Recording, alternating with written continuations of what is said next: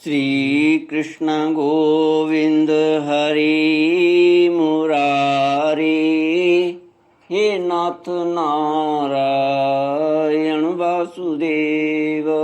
श्री कृष्ण गोविंद हरि मुरारी।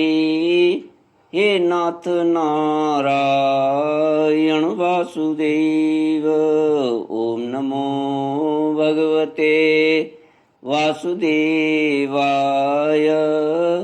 ओम नमो भगवते वासुदेवाय। सच्चिदानंद रूपाय विश्वोत्पत्त्यादि हेतुवे तापत्रय विनाशाय श्री कृष्णाय वयं नमः। श्री कृष्णाय वयं नमः। सच्चित आनंद स्वरूप परमात्मा जो सृष्टि के उत्पत्ति, पालन और श्रृंगार करता है तथा जीवों के आध्यात्मिक, आदि दैविक, आदि भौतिक तापों को नष्ट करने वाले हैं, अर्थात जीवों के मानसिक, शारीरिक और भौतिक दुखों को दूर करने वाले हैं, उन श्री कृष्ण भगवान को हम नमस्कार करते हैं। श्री कृष्ण गोविंद हरि मुरारी। हे नाथ नारायण वासुदेव। श्रीमद्भागवत प्रथम स्कंद अथ तृतीयोऽध्यायः। सूत उवाच जगृहे पौरुषं रूपं भगवान् महदादिभिः सम्भूतं षोडश कल्मादौ लोकशिश्रक्षया यस्याम्भसि शयानस्य योगनिद्रां वितन्वतः नाभिहृदाम्बुजादासीद् ब्रह्मा विश्वसृजां पतिः। भगवान के अवतारों का वर्णन। श्री सूत जी कहते हैं, सृष्टि के आदि में भगवान ने लोकों के निर्माण की इच्छा की। इच्छा होते ही उन्होंने महतत्व आदि से निष्पन्न पुरुष रूप ग्रहण किया। उसमें 10 इंद्रियां, 1 मन और 5 भूत, ये 16 कलाएं थी।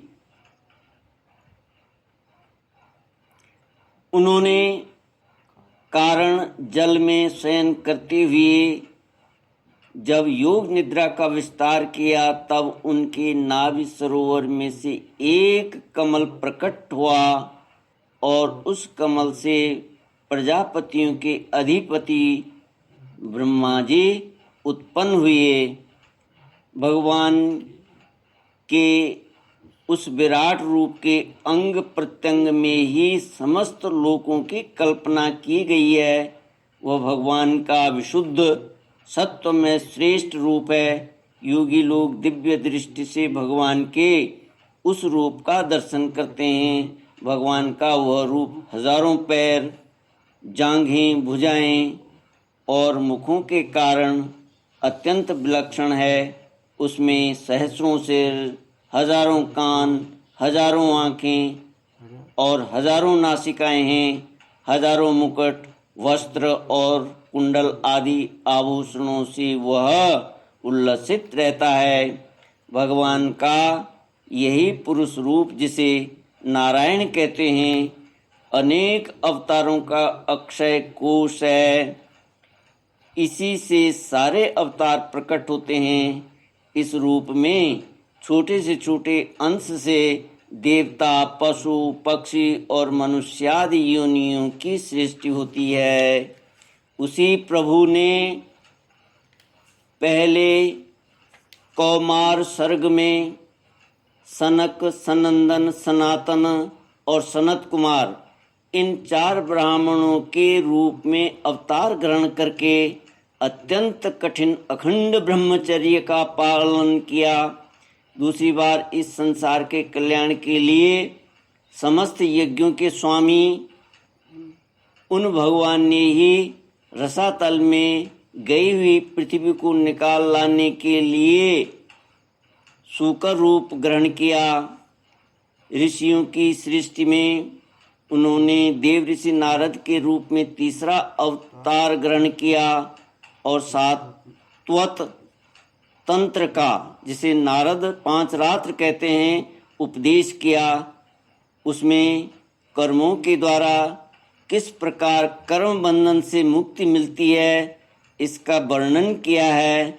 धर्मपत्नी मूर्ति के गर्भ से उन्होंने नर नारायण के रूप में चौथा अवतार ग्रहण किया। इस अवतार में उन्होंने ऋषि बनकर मन और इंद्रियों का सर्वथा संयम करके बड़ी कठिन तपस्या की। 5वें अवतार में वे सिद्धों के स्वामी कपिल के रूप में प्रकट हुए और तत्वों का निर्णय करने वाले सांख्य शास्त्र का, जो समय के फेर से लुप्त हो गया था, आसुरी नामक ब्राह्मण को उपदेश किया। अनुसुईया के वर मांगने पर 6ठे अवतार में वे अत्रि की संतान दत्तात्रेय हुए।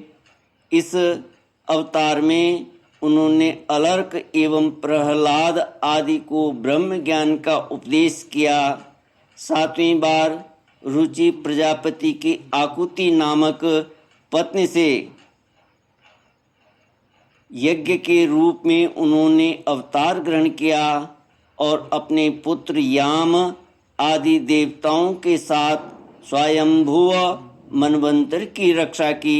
राजा नाभि की पत्नी मेरु देवी के गर्भ से ऋषभ देव के रूप में भगवान ने 8वां अवतार ग्रहण किया। इस रूप में उन्होंने परमहंसों का वह मार्ग जो सभी आश्रमियों के लिए वंदनीय है दिखाया। ऋषियों की प्रार्थना से 9वीं बार वे राजा पृथु के रूप में अवतीर्ण हुए। शौनक आदि ऋषियों, इस अवतार में उन्होंने पृथ्वी से समस्त औषधियों का दोहन किया था।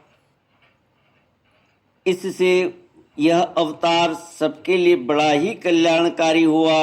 चाक्षुष मनवंतर के अंत में जब सारी त्रिलोकी समुद्र में डूब रही थी, तब उन्होंने मत्स्य के रूप में 10वां अवतार ग्रहण किया और पृथ्वी रूपी नौका पर बिठाकर अगले मनवंतर के अधिपति वैवस्वत मनु की रक्षा की। जिस समय देवता और दैत्य समुद्र मंथन कर रहे थे, उस समय 11वां अवतार धारण करके कच्छप रूप से भगवान ने मंदराचल को अपनी पीठ पर धारण किया। 12वीं बार धन्वंतरी के रूप में अमृत लेकर समुद्र से प्रकट हुए और 13वीं बार मोहिनी रूप धारण करके दैत्यों को मोहित करते हुए देवताओं को अमृत पिलाया। 14वें अवतार में उन्होंने नरसिंह रूप धारण किया और अत्यंत बलवान दैत्यराज हिरण्यकशिपु की छाती अपने नखों से अनायास इस प्रकार फाड़ डाली जैसे चटाई बनाने वाला सींक को चीर डालता है। 15वीं बार वामन का रूप धारण करके भगवान दैत्यराज बलि के यज्ञ में गए। वे चाहते तो थे त्रिलोकी का राज्य, परंतु मांगे उन्होंने केवल 3 पग पृथ्वी। 16वें परशुराम अवतार में जब उन्होंने देखा कि राजा लोग ब्राह्मणों के द्रोही हो गए हैं तथा क्रोधित होकर उन्होंने पृथ्वी को 21 बार क्षत्रियों से शून्य कर दिया। इसके बाद 17वें अवतार में सत्यवती के गर्भ से पराशर जी के द्वारा वे व्यास के रूप में अवतीर्ण हुए। उस समय लोगों की समझ और धारणा शक्ति कम देकर आपने वेद रूप वृक्ष की कई शाखाएं बना दी।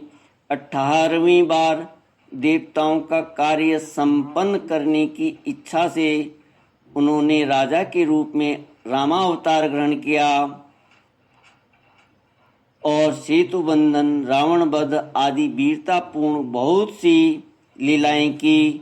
19वें और 20वें अवतारों में उन्होंने यदुवंश में बलराम और श्री कृष्ण के नाम से प्रकट होकर पृथ्वी का भार उतारा।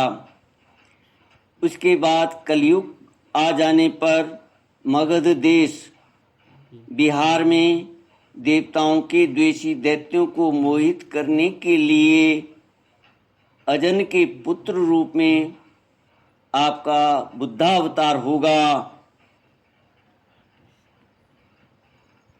इसके भी बहुत पीछे जब कलयुग का अंत समीप होगा और राजा लोग प्राय लुटेरे हो जाएंगे, तब जगत के रक्षक भगवान विष्णु यश नामक ब्राह्मण के घर कल के रूप में अवतीर्ण होंगे।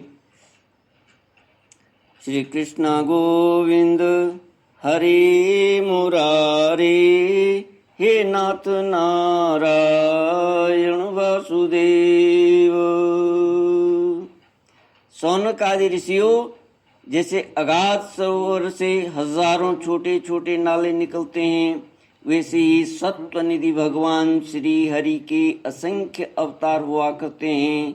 ऋषि, मनु, देवता, प्रजापति, मनुपुत्र और जितने भी महान शक्तिशाली हैं, वे सब के सब भगवान के ही अंश हैं। ये सब अवतार तो भगवान के अंशावतार अथवा कलावतार हैं, परंतु भगवान श्री कृष्ण तो स्वयं भगवान अवतारी ही हैं। जब लोग दैत्यों के अत्याचार से व्याकुल हो उठते हैं, तब युग युग में अनेक रूप धारण करके भगवान उनकी रक्षा करते हैं।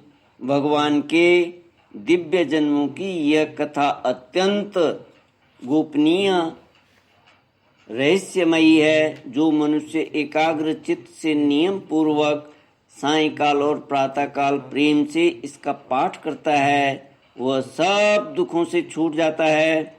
प्राकृतिक स्वरूप रहित चिन्मय भगवान का जो यह स्थूल जगदाकार रूप है, यह उनकी माया के महतत्व आदि गुणों से भगवान में ही कल्पित है। जैसे बादल वायु के आश्रय रहते हैं और धूसरपना धूल में होता है, परंतु अल्प बुद्धि मनुष्य बादलों का आकाश में और धूसरपने का वायु में आरोप करते हैं, वैसे ही अविवेकी पुरुष सबके साक्षी आत्मा में स्थूल दृश्य रूप जगत का आरोप करते हैं। इस स्थूल रूप से परे भगवान का एक सूक्ष्म अव्यक्त रूप है, जो न तो स्थूल की तरह आकारादि गुणों वाला है और न देखने सुनने में ही आ सकता है। वही सूक्ष्म शरीर है।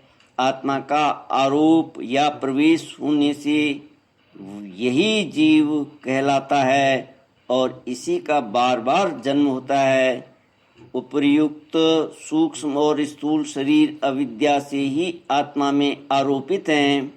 जिस अवस्था में आत्म रूप के ज्ञान से यह आरोप दूर हो जाता है, उसी समय ब्रह्म का साक्षात्कार होता है।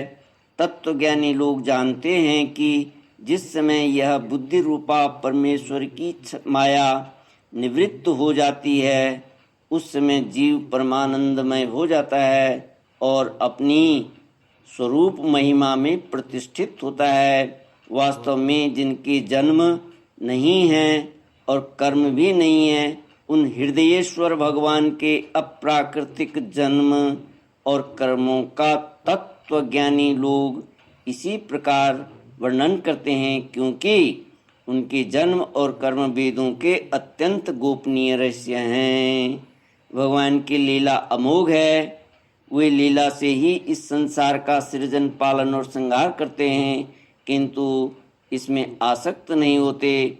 प्राणियों के अंतःकरण में छिपे रहकर ज्ञानेंद्रिय और मन के नियंता के रूप में उनके विषयों को ग्रहण भी करते हैं, परंतु उनसे अलग रहते हैं। वे परम स्वतंत्र हैं। ये विषय कभी उन्हें लिप्त नहीं कर सकते। जैसे अनजान मनुष्य जादूगर अथवा नट के संकल्प और वचनों से की हुई करामात को नहीं समझ पाते, वैसे ही अपने संकल्प और वेद वाणी के द्वारा भगवान के प्रकट किए हुए इन नाना नाम और रूपों को तथा उनकी लीलाओं को कुबुद्धि जीव बहुत सी तर्क युक्तियों के द्वारा नहीं पहचान सकता। चक्रपाणी भगवान की शक्ति और पराक्रम अनंत है, उनकी कोई था नहीं पा सकता। वे सारे जगत के निर्माता होने पर भी उससे सर्वथा परे हैं। उनके स्वरूप को अथवा उनकी लीला के रहस्य को वही जान सकता है जो नित्य निरंतर निष्कपट भाव से उनके चरण कमलों की दिव्य गंध का सेवन करता है, सेवा भाव से उनके चरणों का चिंतन करता रहता है। शौनकादि ऋषियों, आप लोग बड़े ही सौभाग्यशाली तथा धन्य हैं जो इस जीवन में और विघ्न बाधाओं से परे इस संसार में समस्त लोकों के स्वामी भगवान श्री कृष्ण से यह सर्वात्मक आत्मभाव वह अनिर्वचनीय अनन्य प्रेम करते हैं, जिससे फिर इस जन्म मरण रूप संसार के भयंकर चक्र में नहीं पड़ना होता। भगवान वेद व्यास ने यह वेदों के समान भगवत चरित्र से परिपूर्ण भागवत नाम का पुराण बनाया। उन्होंने इस श्लाघनीय कल्याणकारी और महान पुराण को लोगों के परम कल्याण के लिए अपने आत्मज्ञानी शिरोमणि पुत्र को ग्रहण कराया। इसमें सारे वेद और इतिहासों का सार संग्रह किया है, सार संग्रह किया गया है। सुखदेव जी ने राजा परीक्षित को यह सुनाया। उस समय वे परम ऋषियों से घिरे हुए आमरण अनशन का व्रत लेकर गंगा तट पर बैठे हुए थे। भगवान श्री कृष्ण जब धर्म ज्ञान आदि के साथ अपने परम धाम को पधार गए, तब इस कलयुग में जो लोग अज्ञान रूपी अंधकार से अंधे हो रहे हैं, उनके लिए यह पुराण रूपी सूर्य इस समय प्रकट हुआ है। शौनकादि ऋषियों, जब महातेजस्वी श्री सुखदेव जी महाराज वहाँ इस पुराण की कथा कह रहे थे, तब मैं भी वहाँ बैठा था। वहीं मैंने उनकी कृपापूर्ण अनुमति से इसका अध्ययन किया। मेरा जैसा अध्ययन है और मेरी बुद्धि ने जितना जिस प्रकार इसको ग्रहण किया, उसी के अनुसार इसे मैं आप लोगों को सुनाऊंगा। श्री कृष्ण गोविंद हरे मुरारे, हे नाथ नारायण वासुदेव। इति श्रीमद्भागवते महापुराणे पारमहंस्यां संहितायां प्रथम स्कंदे नैमिष्योपाख्याने तृतीयोऽध्यायः। ओम पूर्णमद पूर्णमिदं पूर्णात् पूर्णमुदच्यते पूर्णस्य पूर्णमादाय पूर्णमेवावशिष्यते। ओम शांति शांति शांति। हरि ओम श्री गुरुभ्यो नमः। हरि